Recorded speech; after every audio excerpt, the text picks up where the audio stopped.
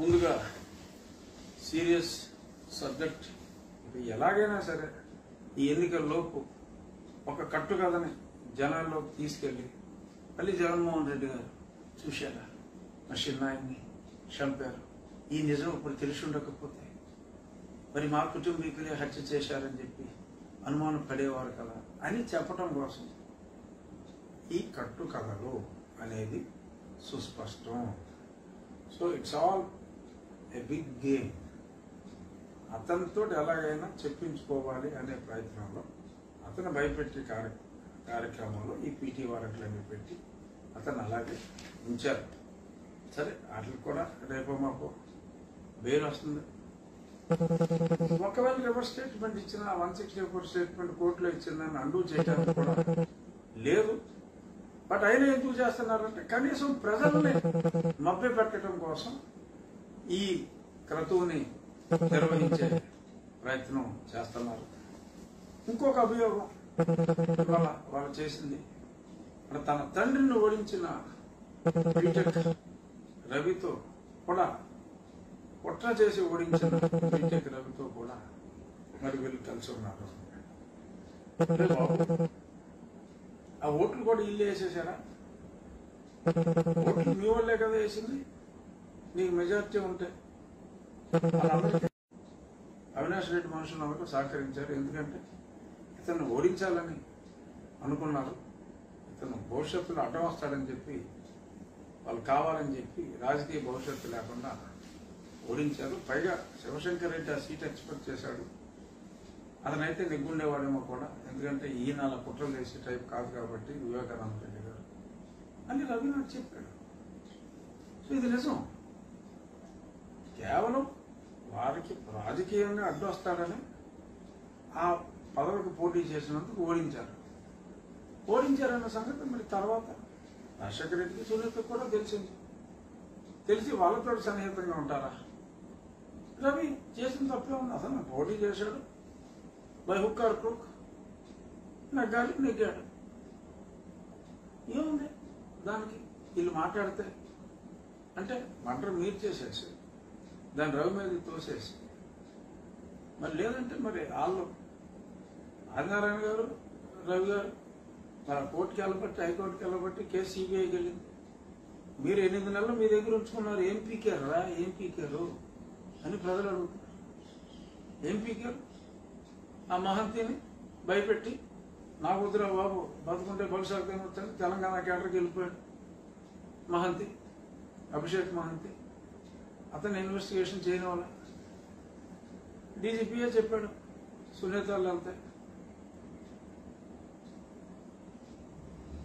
Waste, మీరు దీన్ని pursue చేయటం. అది వాళ్ళే మీడియా ముఖంగా కూడా చెప్పారు.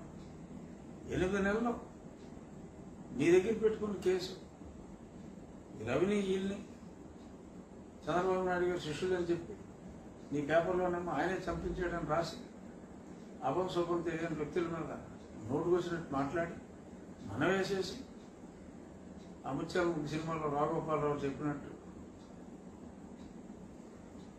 ఆడికి ఆడు బామ్మద్దికి తేడాలు ఉన్నాయి కదా. ఈయన ఖర్చు రాసి ఆ టిక్కీలో తుంగపెట్టి ఆడు చూసుకుంటాడు, మనం వెళ్ళి పరామర్శించి వద్దారే అంటాడు గోపాలరావు. అదే మోడల్లో నిదానంగా విమానం దగ్గర ఉన్న హెలికాప్టర్ పక్కన ఉన్న మరి కారులో షికారుకి వెళ్తూ అక్కడికి వెళ్ళి అక్కడ కళ్ళకు కట్టినట్టు సాధారణంగా వివరించి చిన్నాయన్ని ఇక్కడ పెట్టారు, చిన్నాయన్ని అక్కడ తీసుకెళ్లారు, చిన్నాయన్ని అక్కడ పూశారు అని చెప్పి కళతో చూసినట్టు ఏమో తెలియదు. మనం పుట్టినప్పుడు చూశారు నాకు తెలియదు. బట్ ఎంత చేసి ఇప్పుడు అది ఫెయిల్ అయ్యేటప్పటికి సిబిఐకి ఇచ్చేటప్పటికి మరి ఎంత మేనేజ్ చేయాలన్నా మరి రామ్ సింగ్ లాంటి ఆఫీసర్ వచ్చి మరి కూలంకషంగా రాసేశారు. ఇవాళ మళ్ళీ గూగుల్ టేక్అవుట్ 750 మీటర్లు తేడా ఉంటుందని ఏదో రాశారు. అసలు అంత ప్రజల్ని ఎరిపప్పులని అంటే పిచ్చి కన్నా అని ఎందుకు అనుకుంటున్నారో నాకు అర్థం కావట్లేదు. ఇవాళ ప్రతి వాడు కూడా ఏ ట్యాక్సీ డ్రైవర్ అయినా ఎవరింటికి వెళ్ళాలన్నా సరే గూగుల్ మ్యాప్సే చూసుకుంటున్నారు. గూగుల్ మ్యాప్స్లో 700 మీటర్లు 500 మీటర్ల తేడా ఉంటే ఎవడైనా ఎవరింటికన్నా చేరగల అసలు అవకాశం ఉందా? 5 మీటర్లు 10 మీటర్ల తేడాలో గూగుల్ మ్యాప్స్ మీకు ఎగ్జాక్ట్గా పాయింట్అవుట్ చేసేస్తుంది ఆ పాయింట్. ఈ టేక్అవుట్లో accuracy might be even more. To my information కొంతమంది పోలీస్ ఆఫీసర్లతో మాట్లాడతారు, లెస్ దాన్ 5 మీటర్స్ అండి. Almost pin point.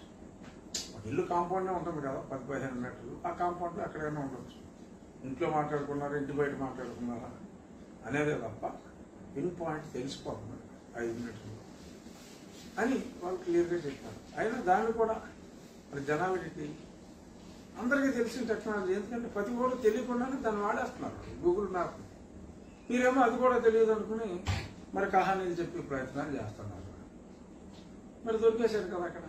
So Google మ్యాప్లో క్లియర్గా దొరికింది ఎవరు ఆ టైంలో ఎక్కడ ఉన్నారు, ఎవరితో మాట్లాడారు, ఆ ఫోన్ ఎన్ని గంటలు ఆన్లో ఉంది, అర్ధరాత్రి 3:30-3:40కి ఓటర్స్ పనులో ఎవరికి ఫోన్లు వెళ్ళింది, మరి అక్కడ అజయ్ కల్లం గారు ఏం చెప్పారు, ఇవన్నీ కూడా చాలా స్పష్టంగా అక్కడ రాసేశారు. రికార్డెడ్. ఆయన నోటితో మాట్లాడిన దాన్ని రికార్డ్ చేసి ఆ రికార్డ్ చేసిన వెర్షన్ కూడా కోర్టులో సమర్పించారు. అన్ఫార్చునేట్గా వీరు అలా సమర్పించుంటారని తెలియక మరి Jaganmohan Reddy and company pressure పెడితే అజయ్ కల్లం గారు నా వాంగ్మూలం ఏదన్నా ఉంటే కనుక అది వెనక్కి తీసేసుకుంటాను వచ్చి అది తప్పు అని చెప్పారు. ఆయన నోటితోటి మాట్లాడింది అక్కడ పెట్టేశారు. అదే విచారం వెళ్ళరు, ఇల్లే వేశారు. వాయిదా 8 నెలలుగా వాయిదా. ఎలక్షన్లు అయ్యేదాకా వాయిదా. లేకపోతే మొత్తం తెలుసుకోండి. అయ్యా జగన్మోహన్ రెడ్డి గారు ఆ కేసు ఆ జడ్జి గారు నేను తీర్పిచ్చి ఇవ్వడానికి సహకరించండి. మీ లాయర్ని టేకప్ చేయమనండి. కేసు మీరే వేసి ఎందుకంటే టేకప్ చేయట్లా? అర్థమైపోలా వేసేసింది మీ వాళ్ళే అని. మీరు కావచ్చు కాకపోవచ్చు, బట్ మీ వాళ్ళే అన్నది. ఇక్కడ ఛార్జ్షీట్లు వేశారు కదా, ఛార్జ్షీట్లు వేశారు. మరి మీ వాళ్ళు కాదని మీరు ఎలా అనగలరు? సవివరంగా పిన్ పాయింట్ రాశారు. మీరు కేవలం మీ సాక్షిలో మీకు ఇచ్చినట్టు రాసుకుంటే ఆ సిబిఐ ఛార్జ్షీట్లో వేసింది పూర్తిగా అయితే తప్పు అవ్వదు కదా.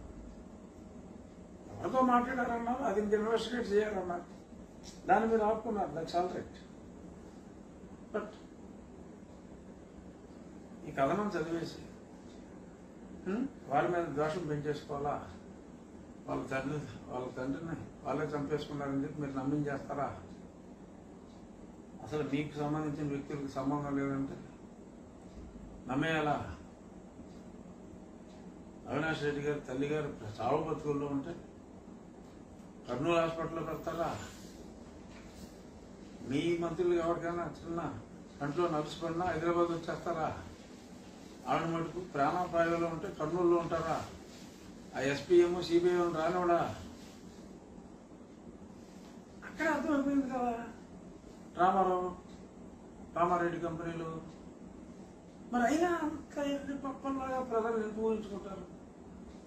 ఏదో ప్రయత్నాలు మీరు చేస్తున్నారు, సాల్ రైట్. కానీ ఒక్కసారి ప్రజలు మీ మాటలు నమ్మారని పదే నమ్మించే ప్రయత్నం చేయటం.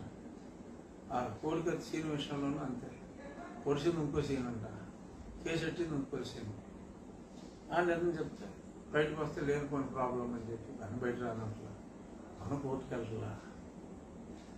సో తర్వాత ఇది ఇప్పుడు సౌభాగ్యం గారు పోటీ చేస్తే మీకేంటి నష్టం?